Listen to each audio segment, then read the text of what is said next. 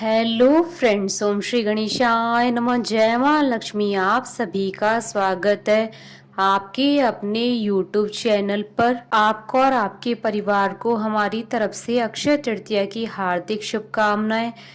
Friends, आज की video में हम आपको बताने जा रहे हैं अक्षय तृतीया का शुभ मुहूर्त, अक्षय तृतीया की पूजा विधि, अक्षय तृतीया पर सोना खरीदने की शुभ मुहूर्त के बारे में और अक्षय तृतीया की व्रत कथा। साथ ही हम आपको बताएंगे अक्षय तृतीया पर ऋण मुक्ति, आकस्मिक धन लाभ, आर्थिक समृद्धि, धन धान्य में वृद्धि, शीघ्र विवाह और सभी मनोकामनाओं की पूर्ति और सर्व कार्य सिद्धि के विशेष उपाय के बारे में। और अक्षय तृतीया पर क्या कार्य करना बेहद शुभ माना जाता है और अक्षय तृतीया पर क्या कार्य नहीं करने चाहिए। फ्रेंड्स, वीडियो शुरू करने से पहले आपसे रिक्वेस्ट है, अगर आप हमारे चैनल पर नए हैं और आपने अभी तक चैनल को सब्सक्राइब नहीं किया है तो प्लीज़ सब्सक्राइब कीजिएगा चैनल को। साथ ही प्रेस कीजिएगा बेल आइकन को, जिससे नए वीडियो से रिलेटेड नोटिफिकेशन आपको तुरंत प्राप्त हो सके। और वीडियो पसंद आने पर वीडियो को लाइक और शेयर जरूर कीजिएगा ताकि सभी भक्तों को इस वीडियो का लाभ प्राप्त हो सके। और कमेंट बॉक्स में ओम श्री गणेशाय नमः जरूर लिखिएगा। वैशाख मास की शुक्ल पक्ष की तृतीया तिथि को अक्षय तृतीया और आखा तीज के नाम से जाना जाता है। मान्यता के अनुसार हर शुभ काम के लिए इस तिथि को बेहद शुभ माना जाता है। हिंदू धर्म में यह पर्व बेहद महत्वपूर्ण और मंगलकारी माना गया है। मान्यता है कि इस दिन शुभ फल और सौभाग्य का कभी क्षय नहीं होता है, यानी कभी खत्म नहीं होता है।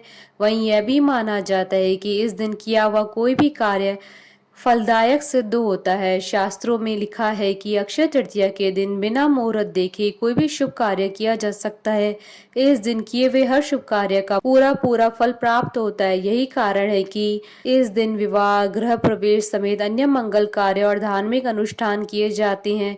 कोई नया व्यापार आरंभ भी इस दिन बिना मुहूर्त देखे किया जा सकता है। हिंदू मान्यताओं के अनुसार इस साल अक्षय तृतीया पर रोहिणी नक्षत्र बन रहा है।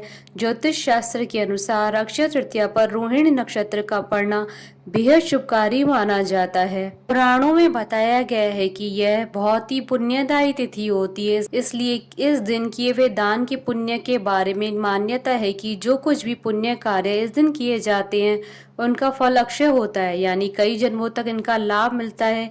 अक्षय तृतीया के दिन ही भगवान विष्णु के छठे अवतार माने जाने वाले भगवान परशुराम जी का जन्म हुआ था। यही कारण है कि अक्षय तृतीया के दिन भगवान विष्णु की उपासना की जाती है, इसलिए इस दिन परशुराम जी की भी पूजा करने का विधान है। इस दिन माँ गंगा स्वर्ग से धरती पर अवतरित हुई थी। राजा भागीरथ ने गंगा को धरती पर अवतरित कराने के लिए हजारों वर्ष तक तप कर उन्हें धरती पर लाए थे। इस दिन पवित्र गंगा में डुबकी लगाने से मनुष्य के सारे पाप नष्ट हो जाते हैं। इस दिन माँ अन्नपूर्णा का जन्मदिन भी मनाया जाता है। इस दिन गरीबों को खाना खिलाया जाता है और भंडारे किए जाते हैं। माँ अन्नपूर्णा की पूजन से रसोई और भोजन में स्वाद बढ़ जाता है। अक्षय तृतीया के अवसर पर ही महर्षि वेद व्यास जी ने महाभारत लिखना शुरू किया था। महाभारत को पांचवें वेद के रूप में माना जाता है। इसी में ही श्रीमद् भगवत गीता समाहित है। अक्षय तृतीया के दिन श्रीमद् भगवत गीता के 18वें अध्याय का पाठ करना चाहिए। भगवान शंकर जी ने भी इस दिन भगवान कुबेर और माता लक्ष्मी की पूजा अर्चना करने की सलाह दी, जिसके बाद से ही अक्षय तृतीया के दिन माता लक्ष्मी जी की पूजा की जाती है और यह परंपरा आज तक चली आ रही है। अक्षय तृतीया के दिन ही पांडव पुत्र युधिष्ठिर को अक्षय पात्र की प्राप्ति हुई थी। इसकी विशेषता यह है कि इसमें कभी भोजन समाप्त नहीं होता है। इसके अलावा ब्रह्मा जी के पुत्र अक्षय कुमार का जन्मदिन भी इसी दिन हुआ था। अक्षय तृतीया के दिन को अबूझ मुहूर्त के नाम से जाना जाता है। बद्री नारायण के पट भी इसी दिन खुलते हैं। हयग्रीव का अवतार भी इसी दिन हुआ था। वृंदावन की श्री बांके बिहारी जी के मंदिर में केवल इसी दिन ही श्री विग्रह के चरण दर्शन होते हैं, अन्यथा यह पूरे वर्ष वस्त्रों से ढके रहते हैं। भविष्य पुराण के अनुसार इस दिन की युगादि तिथियों में गणना होती है। सतयुग और त्रेता युग का प्रारंभ भी इसी तिथि से हुआ था। फ्रेंड्स, अब आइए जानते हैं अक्षय तृतीया पर क्या कार्य नहीं करने चाहिए। अक्षय तृतीया के दिन किसी के प्रति अपने दिल में क्रोध का भाव न रखें। अगर इस दिन भगवान विष्णु और माँ लक्ष्मी की आराधना करने के बाद कोई व्यक्ति अपने मन में दूसरों के लिए बुरे भाव रखता है तो माँ लक्ष्मी उनके पास नहीं ठहरती है। अक्षय तृतीया के दिन शुभ फल प्राप्त करने के लिए सोने से बनी कोई वस्तु जरूर खरीदे। इस दिन घर खाली हाथ लौटना शुभ नहीं माना जाता है। यदि सोना खरीदना संभव न हो तो अपनी क्षमता अनुसार किसी अन्य धातु से बनी अपनी जरूरत का सामान खरीद सकते हैं। अक्षय तृतीया के दिन लक्ष्मी पूजन के साथ भगवान विष्णु जी की पूजा का भी विशेष महत्व होता है। भगवान विष्णु जी की पूजा में प्रसाद के रूप में तुलसी का उपयोग किया जाता है। ध्यान रखें कि प्रसाद चढ़ाने के लिए तुलसी दल स्नान करने के बाद ही तोड़ना चाहिए, अन्यथा व्यक्ति को शुभ फल की जगह अशुभ फलों की प्राप्ति होती है। समृद्धि और सौभाग्य की इच्छा रखने वाले साधकों को अक्षय तृतीया के दिन भूलकर भी भगवान विष्णु और माँ लक्ष्मी की अलग अलग पूजा नहीं करनी चाहिए। ऐसा इसलिए माँ लक्ष्मी भगवान विष्णु जी की पत्नी है। इस अवसर पर माँ लक्ष्मी और भगवान विष्णु की पूजा एक साथ करने पर अक्षय पुण्य की प्राप्ति होती है।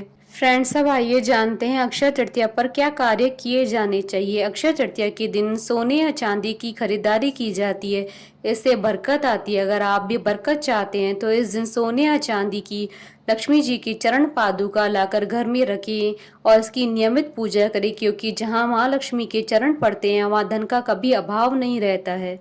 पुराणों के अनुसार इस दिन दान का विशेष महत्व होता है। इस दिन पितरों को दिया गया पिंड दान, तर्पण या फिर किसी भी प्रकार का दान देने से अक्षय फल की प्राप्ति होती है। इस दिन भगवत पूजन और गंगा में स्नान करने से सभी पापों का नाश हो जाता है। इस दिन हर प्रकार का जप, हवन, दान सभी का अक्षय फल प्राप्त होता है। शास्त्रों के अनुसार अक्षय तृतीया के दिन ठंडी चीजें जैसे जल से भरा घड़ा, पंखे, सकोरे, खड़ाऊ, छाता, चावल, नमक, घी, खरबूजा, ककड़ी, सत्तू, इमली, साग इत्यादि चीजों का दान करना शुभ फलदायी माना जाता है। अक्षय तृतीया के दिन नए वस्त्र और नए आभूषण धारण करना विशेष फलदायी माना जाता है। फ्रेंड्स, अब आइए जानते हैं अक्षय तृतीया के शुभ मुहूर्त के बारे में।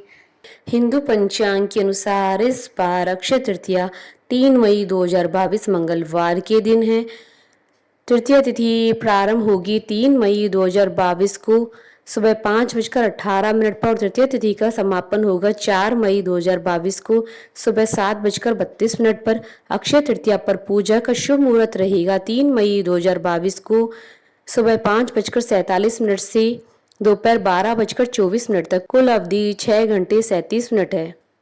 और अक्षय तृतीया पर सोना खरीदने का शुभ मुहूर्त रहेगा 3 मई 2022 को सुबह 5:40 से रात्रि 11:55 तक। फ्रेंड्स, अब आइए जानते हैं अक्षय तृतीया की पूजा विधि के बारे में। अक्षय तृतीया के दिन किसी पवित्र नदी या सरोवर में स्नान करके साफ वस्त्र धारण करें, किंतु इस बार कोरोना काल के कारण गंगा में स्नान करना संभव नहीं है, इसलिए आप घर में नहाने के पानी में गंगा जल मिलाकर माता गंगा का ध्यान करते हुए स्नान करें।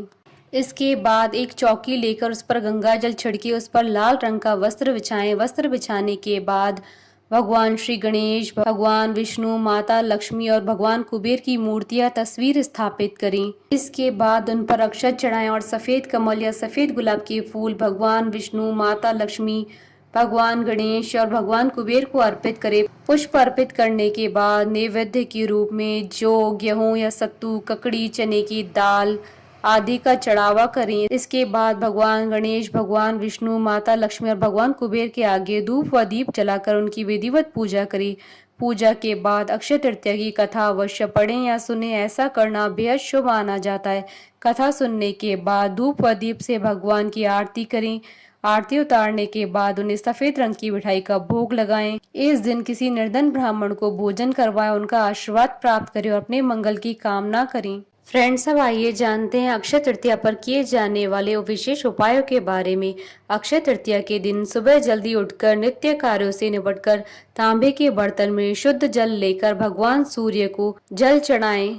जल चढ़ाते समय इस मंत्र का जप करें, ओम भास्कराय विद्महे महातेजाय धीमहि तन्नो सूर्य प्रचोदयात्। अक्षय तृतीया के बाद हर दिन 7 बार इस प्रक्रिया को दोहराएं। कुछ ही दिनों में आपका भाग्य चमक उठेगा। यदि यह उपाय सूर्योदय के 1 घंटे के भीतर किया जाए तो और भी जल्दी असर दिखाता है। यदि युवा लड़के लड़की के विवाह में बाधा आ रही है तो अक्षय तृतीया की रात्रि में एक पाटे पर पीला कपड़ा बिछाएं और पूर्व दिशा की ओर मुंह करके बैठ जाएं। अपने सामने मां पार्वती का चित्र रखे, पाटे पर एक मुट्ठी गेहूं की डेरी रखे, गेहूं पर एक विवाह बाधा निवारण यंत्र स्थापित करे और चंदन या केसर से यंत्र को और स्वयं को तिलक करे। इसके बाद हल्दी की माला से बृहस्पति के मंत्र ओम ग्राम ग्रीम ग्रोम स गुरुवे नमः की 7 माला का जाप करें। यदि शत्रु बार बार परेशान कर रहे हैं और कार्य में बाधा पहुंचा रहे हैं और व्यापार में हानि कर रहे हैं तो अक्षय तृतीया के दिन मूंगे से बनी हुई हनुमान प्रतिमा की स्थापना अपने घर में करें और इस पर सिंदूर लगाकर लाल मूंगे की माला से ओम हनुमते नमः मंत्र की माला से जाप करें। शीघ्र ही शत्रुओं पर आपकी विजय होगी। अक्षय तृतीया का दिन धन प्राप्ति के लिए सर्वश्रेष्ठ माना गया है। इस दिन दक्षिणावर्ती शंख, 7 गोमती चक्र और 14 सफेद कोड़ियों को कच्चे दूध गंगा जल से स्नान कराकर लाल रेशमी कपड़े पर अपनी पूजा स्थान में स्थापित करें। इन पर केसर का तिलक करें, मिश्री का भोग लगाएं और सुगंधित धूप जलाएं। अक्षय तृतीया के बाद प्रतिदिन इनकी पूजा करते रहें। शीघ्र ही धन संबंधी समस्याएं समाप्त होंगी। स्थायी संपत्ति यानी भूमि भवन की प्राप्ति के लिए अक्षय तृतीया के दिन स्फटिक के श्री यंत्र की स्थापना घर के उत्तर पूर्व या ईशान दिशा में करें।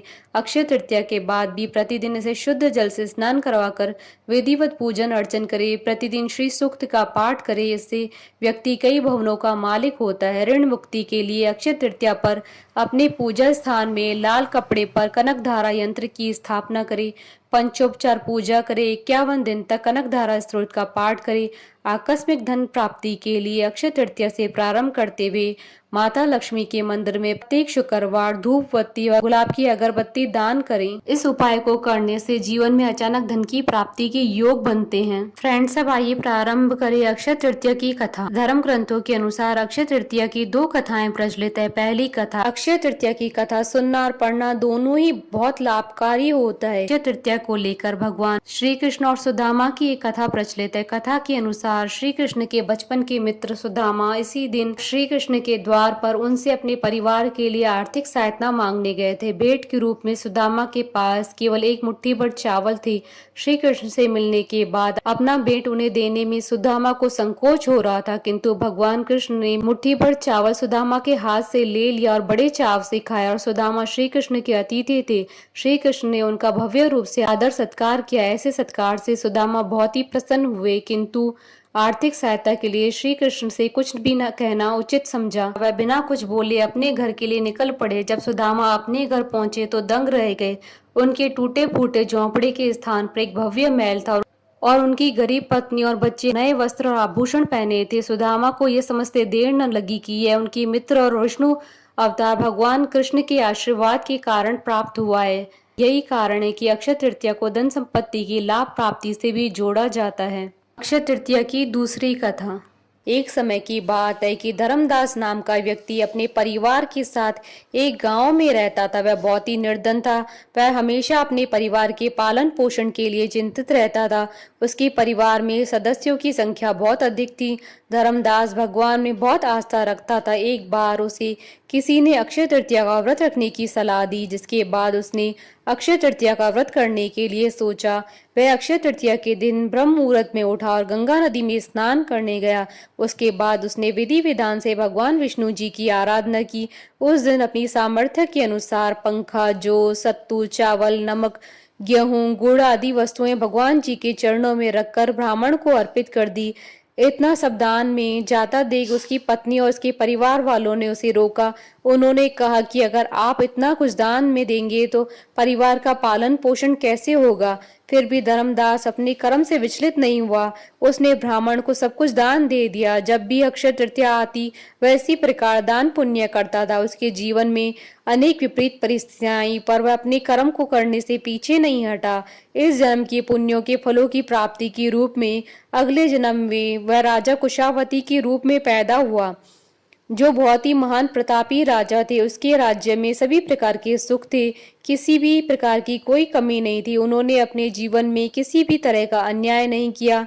उनके इस कर्म के रूप में अक्षय तृतीया का फल हमेशा मिलता रहा। जिस प्रकार भगवान ने धर्मदास के ऊपर अपनी कृपा बरसाई, उसी प्रकार जो भी इस कथा को सुनता है, भगवान की विधि विधान से घात पूजा करता है, दान करता है, उसे इस व्रत के शुभ फल अवश्य प्राप्त होते हैं। बोलिए भगवान विष्णु की जय, सनातन धर्म की जय। हमारे साथ इस वीडियो में अंत तक बने रहने के लिए आपका धन्यवाद। ओम श्री गणेशाय नमः। जय मां लक्ष्मी।